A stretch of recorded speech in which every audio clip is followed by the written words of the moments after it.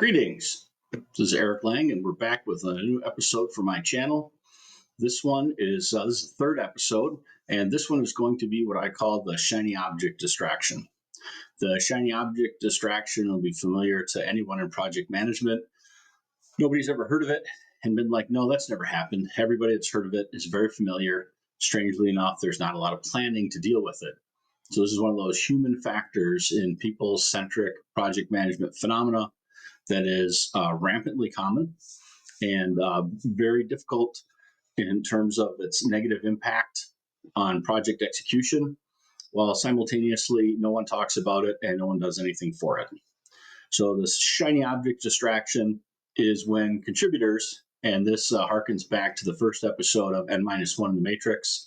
So you have contributors who are not in your direct organizational control. So they are matrix contributors who have a high degree of autonomy. They are heavily overloaded in N-1. There's often a lot of switching that goes on where they're working on a project, they get pushed over to another project and back again. This is another feature of the N-1 environment, is that due to the high number of projects in the backlog, there's often a lot of switching back and forth as priorities shift on a regular basis. So from a contributor standpoint, they're working on a lot of things, and there's a high degree of frustration because they don't get to finish, and they may just be in the mood to want to work on something fun. And I think having contributors be able to work on something that they enjoy once in a while is a really good idea. And there are companies that have actually chosen this as a philosophy, where on Friday afternoons, for instance, you get to work on what you want to work on, and it allows contributors to really bring their passion to the workplace, and or even just resolve issues that just really bother them, and under normal circumstances never get the prioritization or the go-ahead for resolution, but with some self-direction on the part of a contributor and this space to take care of it, they can take care of that, and there's a degree of satisfaction that comes from that. But barring that environment actually existing, a lot of contributors do have frustration. Sometimes the project load really is just a grind where you're just swinging the hammer every day on a giant mountain of work, and there's not a lot of satisfaction involved, and that's work. That's part of work is a 4-letter word, fun is a 3-letter word, and work is what it is. With the shiny object distraction, things will come up in that pile of work. There will be something there that looks like fun. So they have enough bandwidth to work on 5 different things, but they have a backlog or a pile of work with 20 things in it. And there's one of those things that looks like it'll be fun.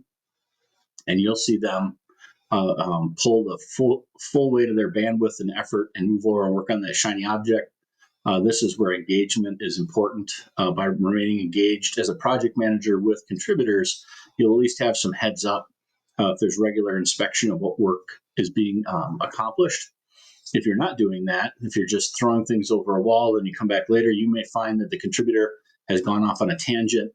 Somebody came in possibly with something that wasn't as part of the backlog or part of the formal project list and went off on a complete tangent while you were not engaged with your eye on the ball for your own project requirements.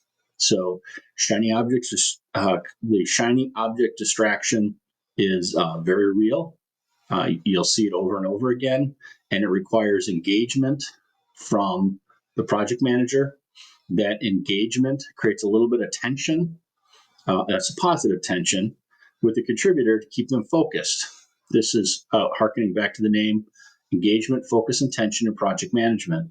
These are the 3 things that we use, along with acknowledgement of the human factor of people-centric project management phenomena, as the tools to build a structure that we can use to keep things like shiny object distraction to a minimum. And as a project manager, you may want to allow some of this to happen because it fixes some interesting things that need to be fixed, and you get to utilize that passion to drive something to completion that might otherwise not get done.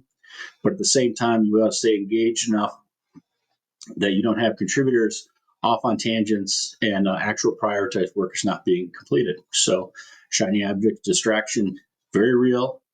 If you go and watch your projects, you'll see it more often than you thought. And N-1 has a direct impact along with the matrix environment on this being a challenge going forward for all project managers. So that is my episode for today. Again, it's a common to ask for a subscription or a like. Please leave comments. And thank you very much for your time.